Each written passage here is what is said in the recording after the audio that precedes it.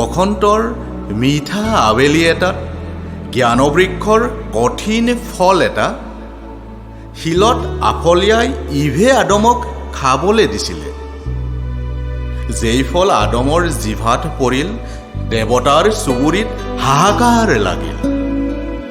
দেৱতাৰ অটল চাতুৰি অচল হ'ল, আদম আৰু ইভ হ'ল নিৰ্বাসিত।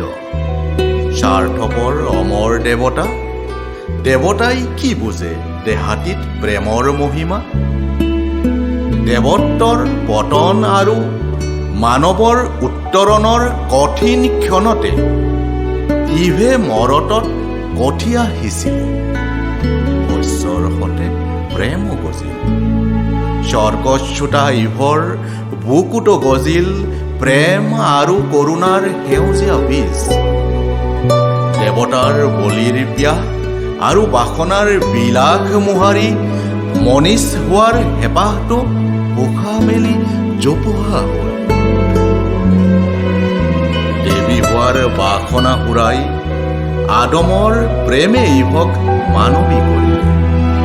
সেই তেতিয়াৰে পৰা এতিয়ালৈ প্ৰেম আৰু কৰুণাৰ সেউজীয়া ধাৰণ কৰি মমতাময় ইভবোৰ ৰৈ আছে দেশে দেশে জ্যোতিৰ্ময়।